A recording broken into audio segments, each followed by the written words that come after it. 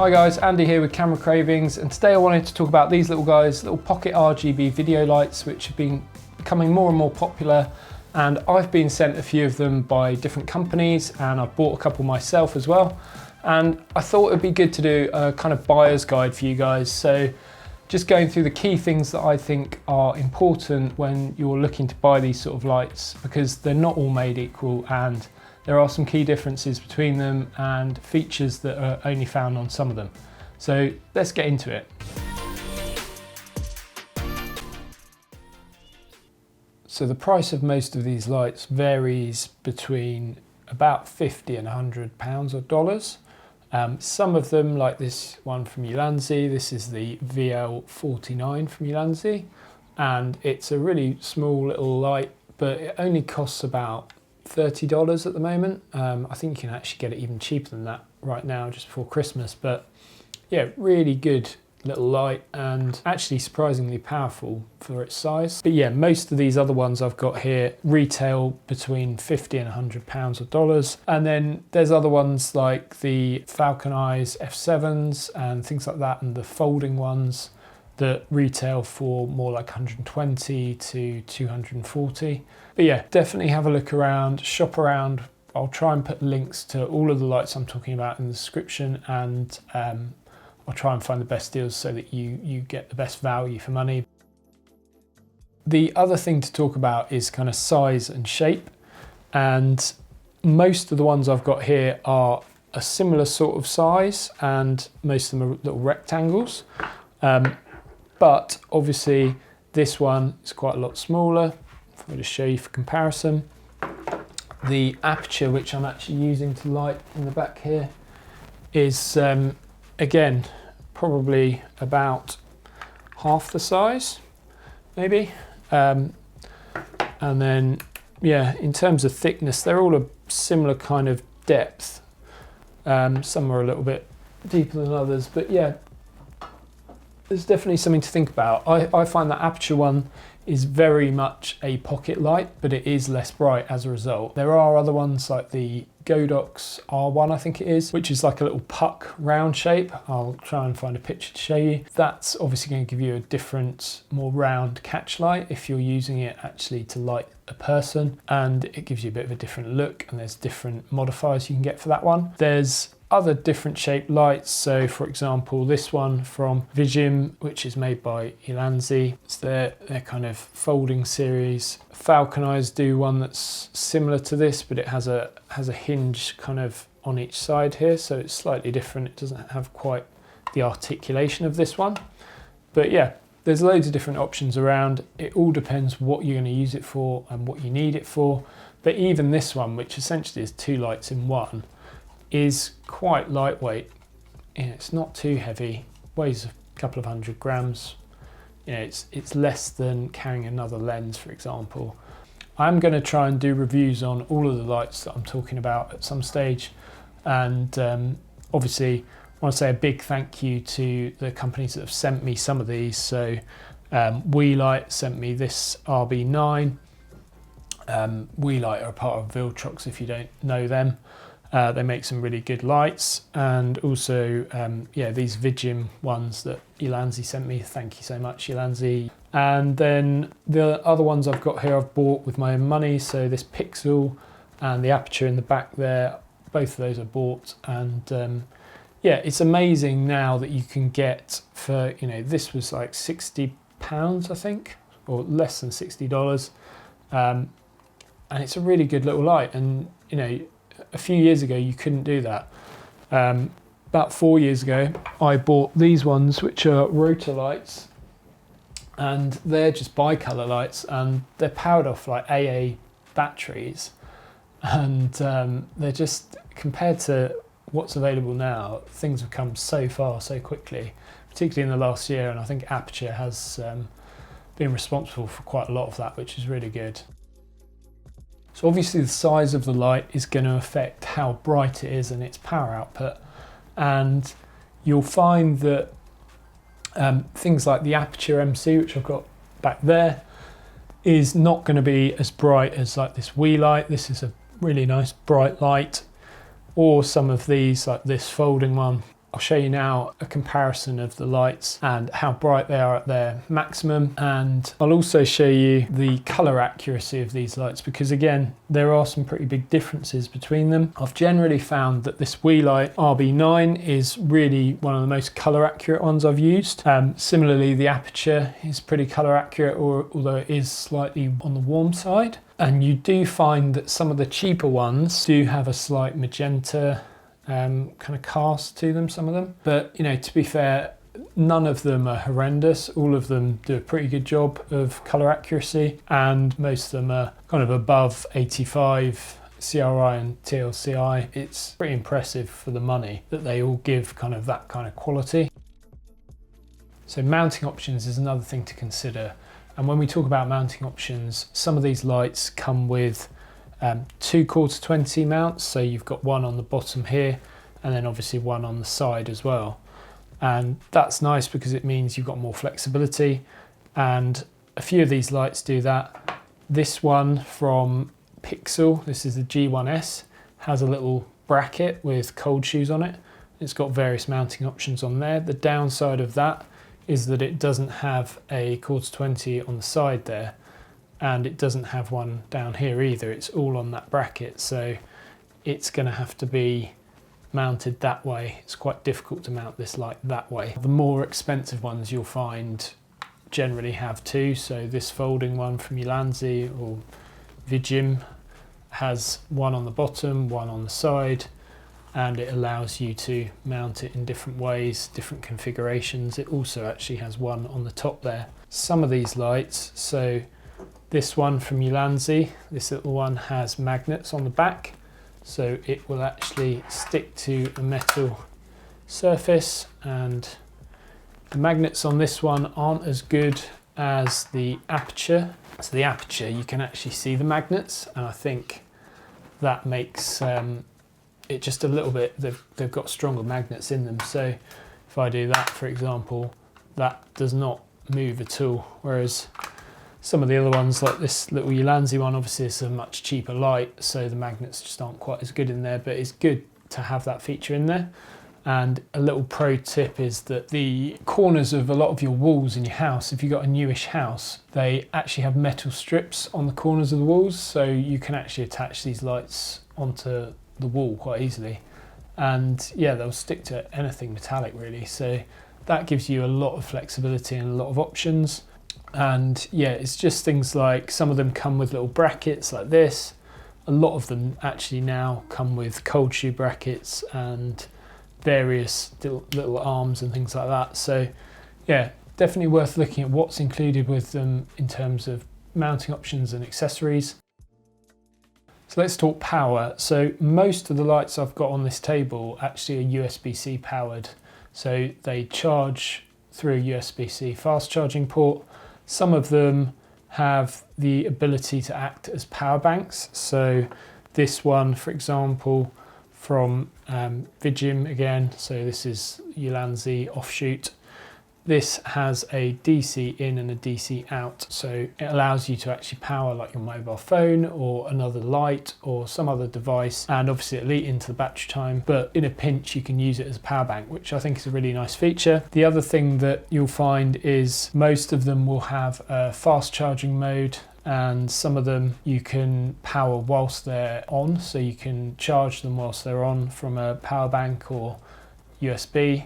Whereas some of them you can't do that with. The Aperture is a really good example because you can wirelessly charge it as well. That's a really nice feature that I really like. So in terms of battery life, some of these lights give you a battery indicator, so just like 3 bars or 4 bars or 2 bars, that kind of thing.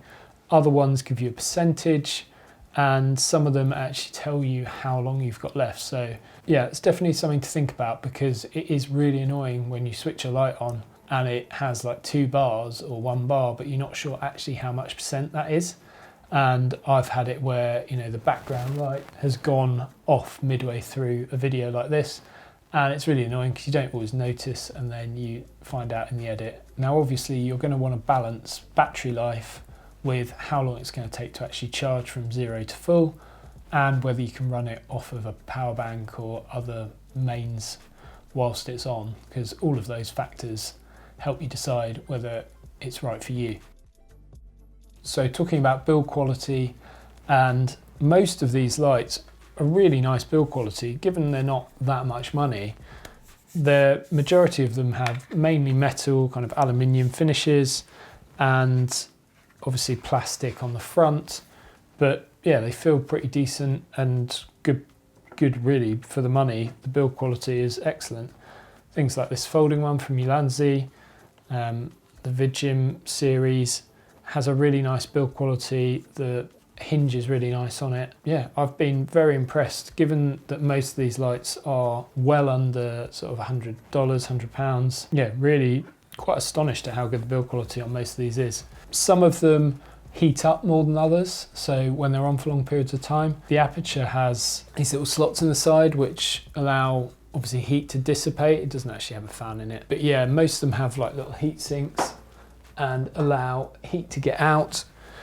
Some of them have a function whereby you can kind of override the overheating warnings on them so that they'll run for longer, and a couple of them like this one has the ability to go into like an extra power boost mode as well, which obviously it's going to heat up more, but you get that extra power. You will find differences between all of them in terms of overheating and how hot they'll get before they kind of turn off, but the majority of them will run for a good amount of time before getting too hot. So I wanted to talk about flicker at high frame rates. That's something that I get asked about with regard to all of the lights I use actually.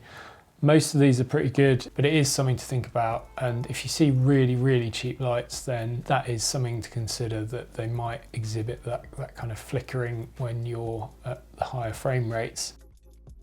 So the other thing I want to talk about is the controls and the screens on these lights, because again, there's a lot of similarities, but there are some differences. So as an example, this little one from Ulanzi has a little screen on the back here, which gives you the information you need, basically the power and the temperature of the light, and it has some very simple controls. And it's even things like this has an actual on-off switch, which you slide. So does the aperture, so does this wee light, which has a nice kind of button on the top there that slides. But then, and again, actually, yeah, the Pixel here, same deal, it's got a little button on the top there. Whereas other ones like this one here has a row of buttons along the top. This is the VL3 from Vidgim, and you have to actually press and hold for a good, what, 2-3 seconds, maybe more, for that to actually come on, and the same to switch it off, which, you know, that's fine, it's just different. And you have different control systems for all of these. A lot of them are similar in that you have kind of a mode button and then a set button and then a plus and minus, but some of them have kind of scroll wheels for the intensity of the light. Some of them have little FN wheels, so they have almost like a resistance to them, which is quite nice because it means you can kind of adjust things fast and slow. And again, some of them allow you, like this Pixel G1S has the ability, when it's on, if you press the button multiple times, it goes up in increments of 20%, so that's quite a nice feature. But yeah, this one has little control wheels for the FN and for the plus and minus, which are slightly different. So yeah, there's again a lot of different control options, and I just found that using them over the last few weeks, and obviously the aperture I've had for almost a year now, there is a difference in usability and the speed at which you can do things, and the screens also have quite a big difference. Some of them are really quite small, like this one, whereas the Wii light here has a really decent sized screen on the back that gives you a lot of information and just makes it easier to navigate the menus and stuff. So the other thing that I find is actually really irritating with some of these lights is some of them don't have a memory function. So you'll find quite often the sort of ones on the cheaper end of the scale don't remember what you were last in terms of the modes. So as an example, some of the Vidgim ones don't remember when you have switched into a different mode and switched to a particular color temperature, whereas things like the aperture, the wee light, some of the Vigim ones as well actually do have that function. But yeah, it's a small thing, but it can be very annoying when you use these lights on a daily basis. Talk about accessories, and most of these lights will come with some form of accessories. So diffusers, a lot of them come with some form of diffusion like this. Most of them now seem to come with some kind of case, whether it's like a soft material case, or in the case of aperture, it comes with a nice little kind of fairly decent pouch that fits everything in it and has a little clip on it as well. Some of the lights, like this one from Vigim, comes with a little kind of tripod mount accessory, little arm there, and it also comes with a honeycomb diffuser and a standard diffuser as well. So yeah, look out for what they come with. This wee light actually came with a little tripod and a little kind of phone mount. So this actually opens out and you can get your mobile phone in there and then use it if you wanted to vlog with it. That's quite a nice feature, and yeah, it's not the best quality tripod, but it's good to have and gives you more options, more flexibility, which I love. So finally, let's talk about unique or special features, and we've talked about some of them. So things like wireless charging for the aperture. App integration is another one which a lot of these lights are starting to do now, and aperture was probably one of the first ones to have it. The ability to control single or multiple lights through the app, and I find the aperture app really good. The Wii Light has a similar app which is excellent as well. Yeah, some of the other Godox and Ulanzi lights, you can use their own apps to control as well, and yeah, it's definitely a bit gimmicky, but at the same time, if you've got your lights up high or somewhere out the way where you can't get to them, it is really useful having that ability to control them with the apps. Other things to think about are whether they're water resistant. Obviously, depending on what your use case is, you may want something that is waterproof or water resistant. Whether they are magnetic, like the Ulanzi one and the aperture ones. Whether they have a power bank mode, like I talked about earlier. A couple of these Ulanzi Vigim lights have the ability to have kind of go into an SOS mode, so it will actually flash an SOS signal, which again, if you're out on location and you're going to be on your own, that might be something worth considering. And also the Godox R1, which I don't have here, actually can flash to the beat of music. So if that's something you're going to be using it for, like music videos and stuff like that, that may be a really good option for you. So one last thing before I go is I just wanted to announce the winners of the 2K subscriber giveaway that I set up a few weeks ago.